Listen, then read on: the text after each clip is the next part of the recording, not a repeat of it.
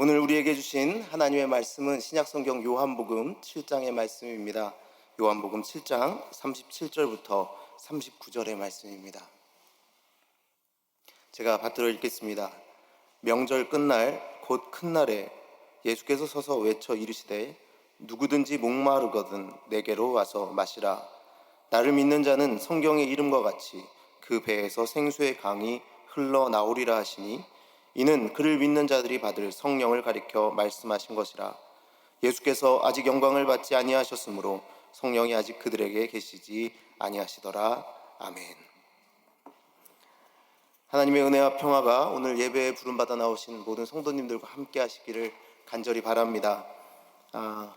여러분을 이렇게 뵈니까 하나님의 얼굴을 뵙는 것 같습니다. 가슴이 벅차오릅니다. 여러분도 그러신가요? 네. 저만 유일하게 마스크를 안 쓴 이 자유의 얼굴을 더 빛이 나죠. 사실 지금 가슴이 두근거려서 이런 말을 하고 있습니다. 저는 이렇게 가슴이 벅차오를 때는 시를 읽습니다.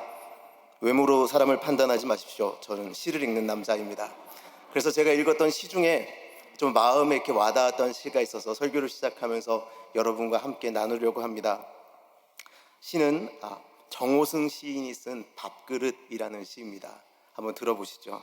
밥그릇 정호승. 개가 밥을 다 먹고 빈 밥그릇을 핥고 또 핥는다. 좀처럼 멈추지 않는다. 몇 번 핥다가 그만둘까 싶었으나 혓바닥으로 씩씩하게 조금도 지치지 않고 수백 번 더 핥는다. 나는 언제 저토록 열심히 내 밥그릇을 핥아보았나. 밥그릇의 밑바닥까지 먹어보았나. 개는 내가 먹다 남긴 밥을 언제나 싫어하는 기색 없이 다 먹었으나 나는 언제 개가 먹다 남긴 밥을 맛있게 먹어보았나. 개가 핥던 밥그릇을 나도 핥는다. 그릇에도 맛이 있다. 햇살과 바람이 깊게 스민 그릇의 밑바닥이 가장 맛있다. 무슨 개밥그릇 소리 같은 소리를 하고 있나 생각하실 수도 있습니다. 제가 지금 읽어드린 시는 정호승 시인의 시나 제가 이 시를 발견한 곳은 안도현 시인이 여러 가지 시들을 묶어놓은 책에서 이 시를 읽었습니다. 그런데 그 시집의 특징은 이렇게 시를 한 편 싣고 안도현 시인이 그 시에 대한 해설을 달아있는 책이었습니다. 그런데 안도현 시인이 이 시에다가 어떤 해설을 달아놨는지 여러분 한번 들어보시기 바랍니다. 어찌 밥그릇의 밑바닥뿐이랴. 쌀통의 밑바닥, 은행통장의 밑바닥, 주가의 밑바닥, 경제의 밑바닥, 인생의 밑바닥, 사랑의 밑바닥, 생명의 밑바닥, 죽음의 밑바닥, 존재의 밑바닥, 무엇이든 그 밑바닥에 닿아보지 않고는 무엇을 제대로 안다고 할 수가 없다. 밑바닥에 닿아보지 않고는 안다고 할 수 없다. 여러분, 제가 왜 여러분에게 이 시를 소개해드렸는지 아시나요?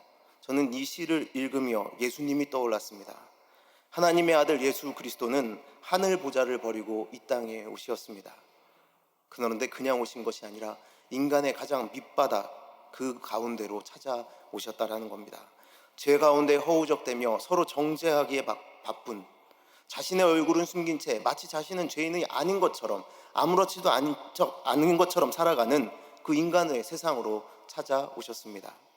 오히려 우리는 그 밑바닥을 보고 싶어 하지 않았는데, 우리는 그 밑바닥에 대해서 알고 싶지 않았는데 예수님은 그 가운데로 들어오셔서 우리의 민낯을 보셨습니다. 그리고 죄로 인해 결코 그 자리를 벗어나지 못하는 인간의 타는 목마름을 보며 아쉬워하셨습니다. 정작 우리는 내가 목말라 하는 것도 잘 모르고 살았는데, 무엇 때문에 이렇게 목마른지도 몰랐는데, 왜 목마른지도 몰랐는데 예수님은 그것을 지켜보셨다라는 겁니다. 그냥 무엇인가 잘 추구하며 살고 있었고 잘 이루면서 살고 있는 것 같았지만 곧 찾아오는 공허함과 허탈감, 더 큰 목마름 속에 빠져있던 우리 인생, 예수님께서는 그 인생을 구원해 주셨습니다. 그렇게 예수님은 우리를 그 목마름으로부터 자유하게 하시기 위하여 우리를 초대하십니다. 그것이 오늘 우리가 읽은 말씀의 37절에 이렇게 기록되어 있습니다. 명절 끝날 곧 큰 날에 예수께서 서서 외쳐 이르시되 누구든지 목마르거든 내게로 와서 마시라. 그런데 이 말씀을 하신 자리와 시기가 참으로 역설적입니다. 왜 그런지 한번 말씀을 통해 보도록 하겠습니다. 이 초대의 말씀의 배경을 우리는 알아야 합니다. 이 말씀에 나오는 명절이라 기록되어 있는 날은 초막절입니다. 초막절이 되면 사람들은 예루살렘으로 몰려가서 성전 마당 또는 지붕 위에 초막을 짓고 머물렀습니다. 길거리에 초막을 치고 사람들이 머물렀습니다. 무엇을 기념하기 위해서였을까요? 바로 하나님께서 그들을 광야길을 지나가게 하실 때 목마르지 않게 하셨음을 기념하기 위해서였습니다. 그래서 그들은 실로암 연못에서 물을 떠다가 제단에다 부으며 하나님을 기억했습니다. 제사장이 앞장서고 그 뒤로 나팔을 부는 찬양대와 백성들의 긴 행렬이 이어졌습니다. 사람들은 이사야의 말씀을 낭독하며 이 행사에 참여했습니다. 이사야서 12장 3절의 말씀이었다고 합니다. 그러므로 너희가 기쁨으로 구원의 우물들에서 물을 기르리로다. 이 초막절은 이들에게 큰 기쁨으로 자리한 축제였습니다. 그리고 이 축제는 그것뿐만이 아니라 하나님의 완전한 약속이 이루어지기를 고대하는 자리이기도 했습니다. 특별히 에스겔서 47장의 말씀인데 제가 1절과 2절의 말씀을 읽어드리겠습니다. 그가 나를 데리고 성전문에 이르시니 성전의 앞면이 동쪽을 향하였는데 그 문지방 밑에서 물이 나와 동쪽으로 흐르다가 성전 오른쪽 제단 남쪽으로 흘러내리더라. 그가 또 나를 데리고 북문으로 나가서 바깥길로 꺾여 동쪽을 향한 바깥문에 이르시기로 본즉 물이 그 오른쪽에서 스며 나오더라. 그런데 이 성전에서 흘러나온 물이 어떻게 했느냐라고 이어서 말씀은 기록하고 있습니다. 8절부터의 말씀인데 제가 그냥 요약해서 말씀드리겠습니다. 성전으로부터 흘러나온 물이 이르는 곳마다 죽은 물이 살아나고 온갖 생물이 번성하게 되는 일이 일어나게 됩니다. 그리고 먹을 과실나무가 자라나고 그 과실나무의 잎사귀는 약 재료가 되어 사람들을 치유하게 될 것이다 라고 하나님께서 선포하신 것이죠. 여러분, 이 얼마나 멋진 일입니까? 성전에서 솟아나는 물이 우리를 풍요하게 할 것이며 우리를 치유할 것이며 우리를 위로하게 할 것이며 우리를 살게 할 것이다, 그렇게 하나님께서 말씀하셨으니까요. 사람들은 그것을 고대하며 초막절의 그 행사에 참여했습니다. 그 행렬에 동참했습니다. 제단에 물을 붓는 것을 보며 함께 기뻐했습니다. 여러분, 이런 상황을 상상만 해도 참으로 멋지지 않습니까? 그 자리에 있었다면 얼마나 가슴이 뿌듯하고 뜨거워졌을까. 그런데 여러분, 제가 왜 이것이 역설적인 자리라고 이야기했을까요? 이상한 것이 하나 있습니다. 바로 오랫동안 이 축제를 사람들이 즐겼음에도 불구하고 이 축제를 고대하고 최선을 다해 그 자리에서 그들이 섬겼을지라도 그들의 삶에 진정한 참된 생수가 없었다라는 것입니다. 아무리 생수를 갈망한다 한들 그들은 목마름 속에 살아갈 수밖에 없었습니다. 여러분, 우리가 그리고 성경을 읽어서 잘 아시지 않습니까? 예수님이 사시던 시대, 그 시대는 어떠했습니까? 종교 지도자들은 사람들을 율법으로 압박했습니다. 율법으로 올감했습니다. 그리고 정치 권력은 가진 이들은 자신들만 살아남기 위하여 백성들을 착취하고 짓밟았습니다. 사람들은 그 안에서 병들고 눈물 흘리고 목마를 수밖에 없었습니다. 잠시나마 초막절의 감동 속에서 하나님의 생수에 대한 기대를 가져보았지만 하나님, 정말 이제는 이 목마름 해결되나요? 하면서 그 초막절에 참여해 보았지만 곧 그들의 인생은 공허함과 목마름 속에 살게 됩니다. 오히려 기대했던 만큼 더 큰 목마름이 그들을 덮었을 수도 있습니다. 바로 그때, 그 축제의 절정이 달아오르던 그때 성전 옆에 서서 한 사람이 외칩니다. 바로 우리를 구원하신 예수 그리스도입니다. 제가 방금 읽어드렸던 37절의 말씀을 다시 읽어드리겠습니다. 서서 외쳐 이르시되 누구든지 목마르거든 내게로 와서 마시라. 사람들은 지금 갈증이 해소되는 줄 알았는데, 사람들은 여기에 열심을 다해 이 종교적 행위에 참여하면 내 갈증이 해소되고 내 문제가 해결될 줄 알았는데, 예수님은 그들의 삶 가운데 여전한 목마름을 보시고 그들의 아파함을 보시고 그들의 눈물을 보시고 그 자리에 서서 그들에게 외치셨다는 겁니다. 내게로 와라. 내게로 와서 솟아나는 진정한 생수를 마셔라 라고 말씀하셨다는 겁니다. 너희 누구라도. 여러분, 하나님을 떠난 인생은 목마를 수밖에 없습니다. 그런 예수님께서는 사실 그 자리에 있던 모두를 초대하신 것입니다. 그리고 오늘 말씀을 듣는 우리도 초대하고 계십니다. 어느 누구 하나 빠지지 않고 너희 모두 이리 와서 생수를 마셔라 말씀하시죠. 누구도 상관없다. 아니, 제발 모두 다 나에게 오라. 율법을 지키던 지키지 않던, 이방인이건 이스라엘 백성이건 여자건 남자건 병든 자건 건강한 자건 다 상관없다. 너희의 목마름을 인정하고 나에게 오라 말씀하셨습니다. 어느 누구라도 어떤 상황이라도 예수님에게 나가기만 하면 생명을 살리는 그 생수를 마실 수 있습니다. 그리고 그 생수를 마시면 우리는 영원히 목마르지 않게 될 것입니다. 여러분, 여기서 근데 꼭 짚고 넘어가야 하는 것이 있습니다. 이 초대가 나를 향한 초대라는 겁니다. 여러분 옆에 앉아있는 누군가를 향한 초대가 아니라, 여러분 가족 중에 누군가가 아니라, 여러분이 잘 아는 믿음 없는 그 사람이 아니라, 오늘 여기에 나와 있는 나를 향한 초대. 여러분, 우리는 먼저 그것을 인정해야 합니다. 예수님 없으면 저는 그저 목말라 죽어가는 그런 인생일 뿐입니다. 그것을 인정해야 합니다. 축제가 그렇게 절정에 다다랐을 때 예수님은 우리에게 그래서 물으십니다. 너희가 그렇게 열심히 한다고 해서 목마름이 해결되었느냐? 종교적 행위로 그 잠시의 만족은 얻을 수 있겠지만 그러나 그것이 너희의 그 타는 목마름을 해결했느냐 물으십니다. 그런데 사람들은 여전히 모릅니다. 아무리 그 성전이라 불리는 그 건물에 물을 갖다 부은들 그들의 삶 속에 하나님의 부재로부터 오는 공허함은 채울 수 없다는 것을 그들은 알지 못하고 있었습니다. 여러분, 왜 그렇습니까?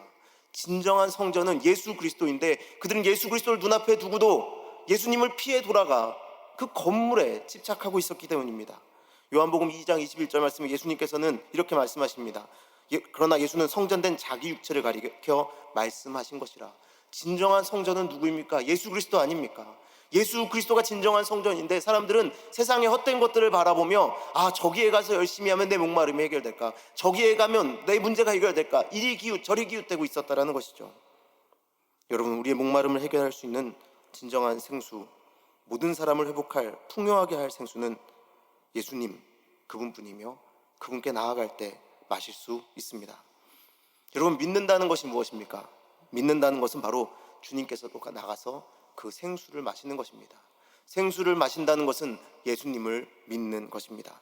세상의 꽃을 쫓는 것이 아니라 예수님만을 갈망하여 말씀이 내 인생에 되게 하는 것, 그것을 요한복음 6장 53절은 이렇게 표현합니다. 예수께서 이르시되 내가 진실로 진실로 너희에게 이르노니 인자의 살을 먹지 아니하고 인자의 피를 마시지 아니하면 너희 속에 생명이 없느니라. 예수 그리스도가 내 안에 살아계셔 느껴지고 그의 부활 생명이 내 생명이 되는 것입니다. 그러함으로 세상을 바라볼 때 예수님의 눈으로 바라보며 예수님의 마음을 가지고 사람들을 바라보는 것, 여러분, 그것이 곧 믿음이 되는 것입니다. 그때 놀라운 역사가 일어납니다. 바로 그 자리에 하나님의 은혜가 있습니다. 예수님 곧 성전으로부터 나오는 물을 마신 이들은 또 그 안에서 생수의 강이 흘러나오게 된다. 예수님은 말씀하십니다. 38절입니다. 나를 믿는 자는 성경의 이름과 같이 그 배에서 생수의 강이 흘러나오리라 하시니. 여러분, 그냥 그 축제 가운데서 그 기분 내키는 대로 하신 말씀이 아닙니다. 성경의 이름과 같이 바로 하나님께서 태초부터 우리를 통하여 이루고자 하셨던 일이 무엇이라는 겁니까? 바로 우리의 배에서 생수의 강이 흘러나가게 하시는 것이다. 예수님 말씀하십니다. 여러분, 그런데 그 일이 가능할까요? 과연 가능이나 할까요? 그런데 사도 바울은 이렇게 이야기합니다. 고린도전서 3장 16절 말씀, 너희가 하나님의 성전인 것과 하나님의 성령이 너희 안에 계시는 것을 알지 못하느냐? 너희가 성전이다라고 사도 바울은 선포합니다. 그럼 뭔가요? 가능하다라는 것이죠. 아니, 내가요? 나 같은 인생이요? 여러분, 목사가 말씀을 전하러 올 때 제일 두려운 게 뭔지 아십니까? 다른 분들은 모르겠습니다. 그냥 저요. 저는 말씀을 전하러 올 때 제일 두려운 것이 뭐냐면 내 모습을 내가 잘 아는 것이 제일 두렵습니다. 몰랐으면 좋겠어요. 말씀을 볼 때마다 이 말씀을 들고 올라가서 전하는 내 자신이, 여러분은 모르세요, 얼마나 한심스러운지. 내가 나를 아는데 나 같은 게 이런 말씀을 전한다고? 그런데 여러분, 분명히 성경은 이야기합니다. 너희가 그렇게 될 것이다, 그렇게 할 수 있다라고 이야기합니다. 여러분, 하나님께서 우리 인간을 처음 창조하셨을 때 인간을 흙으로 만드시고 생기 곧 숨을 불어 넣으셨습니다. 창세기 2장 7절 말씀, 여호와 하나님이 땅의 흙으로 사람을 지으시고 생기를 그 코에 불어 넣으시니 사람이 생명이 되니라. 그런데 여러분, 우리는 죄로 인하여 하나님과 단절된 인생을 살아왔습니다. 결코 그렇게 할 수 없을 것 같았습니다. 그런데 뭐가 달라졌죠? 예수님께서 이 땅에 오시어서 우리를 대신하여 죽으시고 부활하시어서 제자들을 찾아와 그 생기를 다시 불어넣어 주십니다. 요한복음 20장 22절 말씀, 이 말씀을 하시고 그들을 향하사 숨을 내쉬며 이르시되 성령을 받으라. 우리는 그렇게 끝난 줄 알았는데, 우리는 성전으로 세워질 수 없을 줄 알았는데, 우리의 배에서 생수가 흘러나올 수 없을 줄 알았는데, 예수님께서 다시 우리를 찾아오시어서 그 호흡을 불어넣어 주시며 이제 너희를 새롭게 창조했으니 너희가 이 하나님의 사역에 동참하라 라고 초대하고 계시다라는 겁니다. 오순절 마가의 다락방에 성령님이 임하실 때 그래서 그렇게 교회는 세워졌습니다. 우리가 교회를 성전이라 부르는 이유를 이제 아시겠습니까? 그렇게 바로 우리 한 사람 한 사람, 우리 교회로 세워진 우리는 생수의 강을 흘려보내는 성전으로서 이제 우뚝 서야 합니다. 지금 아직은 이 마음에 의심이 있지만 주님 다시 오시는 그날까지 성전으로 온전히 세워져 가겠습니다 결단하며 주 앞에 구하여 기도하는 우리가 되어야 한다는 것입니다. 예수님으로부터 온 성령은 우리를 하나님께서 처음 창조하셨던 그 모습, 이 땅을 다스리라 하신 하나님의 형상을 회복하게 하십니다. 그리고 교회 한 사람 한 사람을 세우셔서 생수의 강이 흘러나가게 하십니다. 여러분, 그런데 그것은 새로운 것이 아닙니다. 이미 그 예가 구약 성경에 보면 기록되어 있습니다. 우리가 잘 아는 말씀인데요, 에스겔서 37장 1절부터 10절 말씀을 보면 에스겔이 환상 가운데 마른 뼈가 가득한 골짜기로 이끌려갑니다. 우리에게 마른 뼈를, 죽은 자를 살려낼 능력이 어디 있겠습니까? 그러나 하나님께서는 에스겔에게 물어봅니다. 그렇게 될 수 있겠느냐? 그런데 놀라운 일이 벌어지죠. 무엇이 놀랍습니까? 하나님께서 그분의 말씀을 대언하라 하시니 뼈가 연결되었다고 합니다. 힘줄이 생기고 살이 오르며 가죽이 덮이는 역사가 일어납니다. 근데 아직은 완전하지 않죠. 여러분, 언제 완전해집니까? 9절부터의 말씀을 제가 읽어드리겠습니다. 또 내게 이르시되 인자야, 너는 생기를 향하여 대언하라. 생기에게 대언하여 이르기를 주 여호와께서 이같이 말씀하시기를 생기야, 사방에서부터 와서 이 죽음을 당한 자에게 불어서 살아나게 하라 하셨다 하라. 이에 내가 그 명령대로 대언하였더니 생기가 그들에게 들어가매 그들이 곧 살아나서 일어나서는데 극히 큰 군대더라. 처음 하나님께서 창조하실 때 불어넣으셨던 그 생기를 향하여 대언하였더니 마른 뼈였던 사람들이 일어나 하나님의 군대, 하늘의 군대가 되었다고 합니다. 여러분, 이것은 단순한 꿈이 아닙니다. 단순한 환상이 아닙니다. 이것은 곧 믿는 모든 사람에게 주시는 하나님의 사명입니다. 너희는 가서 그렇게 대언하라. 너희의 배로부터 그 생수를 이 땅 가운데 흘러나가게 하라. 하나님 그 사명 가운데로 우리를 초대하고 계시다라는 겁니다. 우리 믿는 사람들, 곧 하나님께서 세우신 성전, 곧 교회는 흘러나가는 생수의 통로가 되어야 합니다.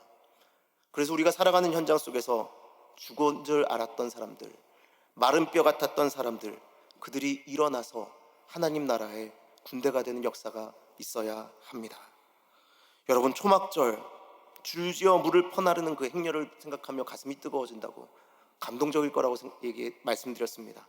근데 여러분, 제가 지금 여러분에게 말씀드린 이것, 오히려 이것이 우리를 더 뜨거워지게 만들지 않습니까? 성령 하나님, 그 성령 하나님이 우리를 통하여 이 세상으로 흘러나가 죽어가던 영혼들을 살려내는 역사, 그것이 여러분의 가슴을 뜨겁게 하지 않습니까? 여러분, 살아나는 역사, 치유되는 역사가 여러분의 삶의 현장에 항상 같이 함께하기를 간절히 바랍니다. 스가랴서 14장 8절부터 11절 말씀을 보면 이런 말씀이 기록되어 있습니다. 그날에 생수가 예루살렘에서 솟아나서 절반은 동해로 절반은 서해로 흐를 것이라. 여름에도 겨울에도 그러하리라.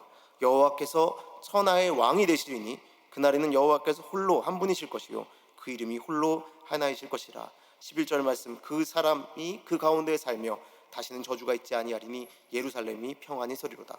여러분, 이미 구약 성경에도 하나님께서는 그 예언을 하셨습니다. 생수가, 하나님의 생수가, 하나님의 생명수가 예루살렘에서 흘러나게 될 것인데 그곳이 가는 곳마다 하나님께서 천하의 왕으로 인정받게 될 것이며 너희의 삶의 모든 저주는 끊겨질 것이다. 하나님은 미리 약속해 주셨습니다. 그런데 여러분, 더 놀라운 일이 신약 성경에 보면 기록되어 있습니다. 예수님께서 이 말씀을 더욱더 확장시켜서 교회를 향하여 주십니다. 사도행전 1장 8절입니다. 우리가 너무나도 잘 아는 말씀이죠. 여러분이 한번 한 목소리로 읽어보겠습니다. 시작. 오직 성령이 너희에게 임하시면 너희가 권능을 받고 예루살렘과 온 유대와 사마리아와 땅끝까지 이르러 내 증인이 되리라 하시니라. 아멘. 여러분, 성령이 임하시면요, 우리가 성전이 되어 우리의 삶을 통하여 생수가 흘러나가게 될 것입니다. 성령이 너희에게 임하시면 너희가 권능을 받고, 그래서 예루살렘과, 그런데 여러분, 무엇이 더 놀랍습니까? 조금 전에는 예루살렘이 평안히 서리로다 하나님이 말씀하셨는데, 이젠 그 말씀이 어디까지 흘러나갑니까? 예루살렘을 지나, 우리가 모인 이 유대 땅을 지나, 우리의 원수인 줄 알았던 사마리아 땅을 지나서 우리가 알지 못하는 미지의 땅, 그 땅끝까지 이르러 저주가 끊어지는 역사가 있게 될 것이다. 예수님 말씀하여 주시는 것입니다. 너희를 통하여 성령이 너희에게 임할 때 하나님의 생수가 너희의 배를 통하여 흘러나가 그 땅을 변화시킬 것이다 말씀하시는 것이죠. 성령이 임하시면 생수가 우리 거룩한 무리를 지나 저주받았던 땅, 원수였던 자들, 그리고 알지 못하는 땅까지 하나님이 천하의 왕이 되시며 예수 그리스도의 보혈의 능력으로 저주가 있지 않게 되는 역사가 일어나게 될 줄 믿습니다. 자, 그럼 이제 알아야죠. 내가 지금 우리의 삶에서 생수의 강이 흘러나가는 것은 어떻게 증명되고 있습니까? 내가 지금 바로 살고 있나요, 하나님? 어떻게 알 수 있죠? 어떻게 그것이 증명됩니까? 이제 물어야 되지 않겠습니까? 그것이 로마서 5장 1절부터 5절 말씀에 보면 기록되어 있습니다. 그러므로 우리가 믿음으로 의롭다 하심을 받았으니 우리 주 예수 그리스도로 말미암아 하나님과 화평을 누리자. 또한 그로 말미암아 우리가 믿음으로 서 있는 이 은혜에 들어감을 얻었으며 하나님의 영광을 바라고 즐거워하느니라. 다만 이뿐 아니라 우리가 환난 중에도 즐거워하나니 이는 환난은 인내를, 인내는 연단을, 연단은 소망을 이룬 줄 알미로다. 소망이 우리를 부끄럽게 하지 아니함은 우리에게 주신 성령으로 말미암아 하나님의 사랑이 우리 마음에 부은 바 됨이니. 여러분, 믿음이 생겼을 때 우리는 무엇을 끊어낼 수 있습니까? 지금까지 목마름 속에 살아왔던 과거의 내 인생, 하나님이 다스리지 않는 지옥과 같은 인생을 끊어낼 수 있습니다. 예수님 믿기 전에 우리 인생은 지옥이었죠. 그런데 믿음이 생길 때 그래서 무엇이 생깁니까? 이제 나의 과거의 지옥의 삶을 끊어내고 천국을 살아가는 소망이 생깁니다. 그래서 믿음과 소망은 함께 갑니다. 그런데 그 소망이 있는 사람들은 그렇다면 어떻게 살아갑니까? 여러분, 이제 두려울 것이 없습니다. 하나님이 알려주신 방법으로 살아가면 됩니다. 그 방법이 사랑이라는 것입니다. 성령으로 말미암아 사랑 가운데 살게 된다라고 성경은 이야기합니다. 너희가 믿음으로 인하여 과거의 모든 저주의 인생을 끊어내고 소망을 가지고 앞을 보고 나아갈 텐데 그 삶의 방법은 사랑이 될 것이다 라고 이야기하는 것이죠. 그래서 믿음, 소망, 사랑, 그 세 가지는 항상 있을진데 그 중에 제일은 사랑이라 성경은 이야기합니다. 여러분, 근데 여기서 잘 보십시오. 소망이 우리를 부끄럽게 하지 아니함은 5절 말씀입니다. 우리에게 주신 성령으로 말미암아 하나님의 사랑이 우리 마음에 부은 바 됨이니. 여러분, 생수의 강이 흘러나간다고 했습니다. 근데 여러분 안에 그 생수가 있으신가요?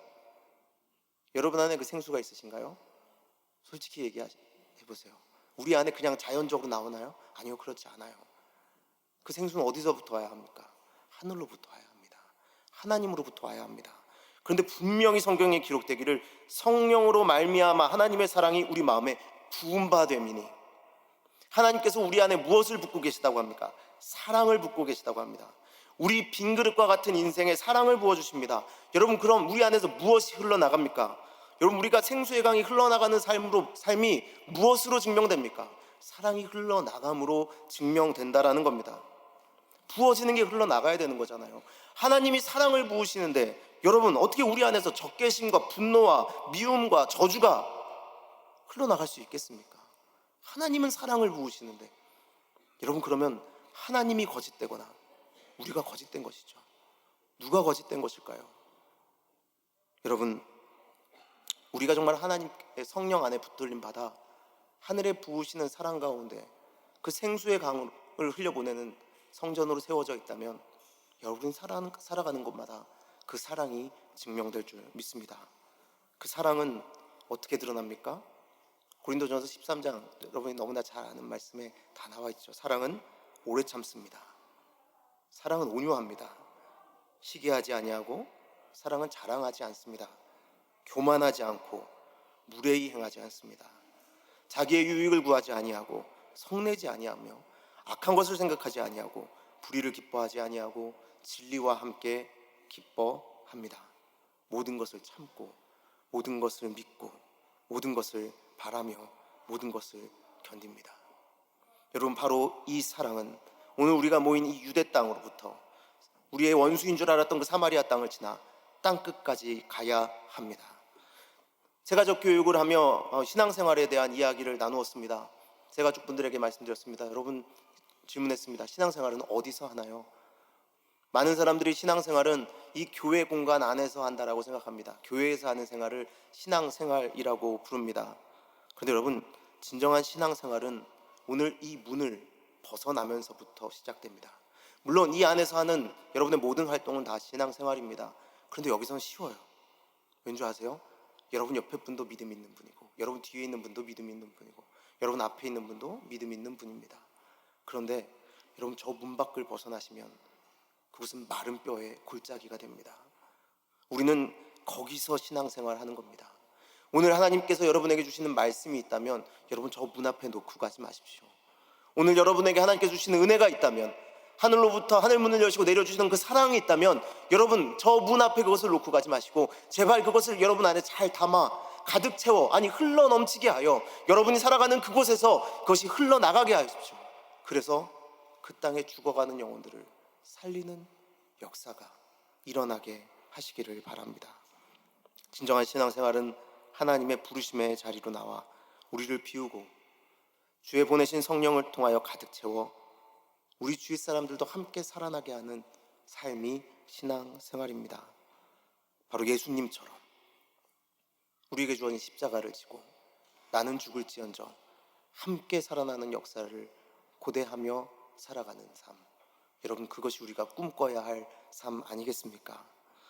여러분, 영성이라는 것은 보이지 않는 어떤 것이 아닙니다. 사람들이 이건 영적인 거야, 이건 영적인 문제야 이야기할 때 사람들은 흔히 그것이 보이지 않는 문제, 보이지 않는 일이라고 생각합니다. 그런데 여러분, 영적이라는 것, 영성이라는 것은 무엇입니까? 그것은 하나님과 잇대어 있는 것을 이야기합니다. 하나님과 연결되어 있어야 영적인 것이죠. 영적인 것이죠. 영성이 있는 겁니다. 그런데 여러분, 그것은 그 보이지 않는 것으로 결코 끝나지 않습니다. 왜냐하면 예수 그리스도가 우리 안에 들어와 우리의 피가 되었고 우리의 살이 되었기 때문입니다.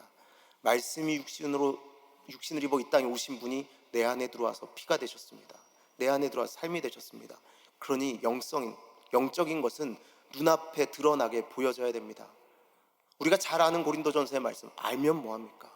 그것이 우리의 마음을 지나, 우리의 생각을 지나 마음을 지나 우리의 육체로 드러날 때, 반드시 몸으로 표현될 때 하나님의 역사가 일어나게 될 줄 믿습니다. 그리스도를 닮은 모습, 성품, 성령의 열매가 몸으로 나타나게 되는 것, 그것이 영성입니다. 그것이 영적인 삶입니다. 말과 행동으로 하나님의 사랑이 표현되며 예수 그리스도의 삶이 증거되는 것, 그것이 영적인 삶이요 영성입니다. 여러분, 우리의 몸을 하나님이 거하시는 성전으로 내어드리고 싶으십니까? 그럼 오늘 이 문을 나갈 때 여러분, 크게 결단하고 나가셔야 됩니다. 여러분이 살아가는 그곳에서 여러분, 죽어가는 영혼들이 있습니까? 마른 뼈와 같은 존재들이 있습니까? 사람들은 물어볼 겁니다. 저들이 살아날 수 있나요? 저들에게도 희망이 있나요? 저들은 이제 끝나지 않았나요? 우리가 그때 어떻게 대답해야겠습니까? 하나님 앞에 기도하여 우리로부터 흘러나오는 그 생수가 그들을 살리게 될 것입니다. 그들도 예수 그리스도의 제자가 되고 하나님의 자녀가 되어 더불어 하나님 나라를 살게 될 것입니다 라고 이야기해야 되지 않겠습니까? 여러분, 우리는 그렇게 사명으로 부름받았으니 그 삶을 선택하는 참된 믿음의 사람들이 되시기를 간절히 바랍니다.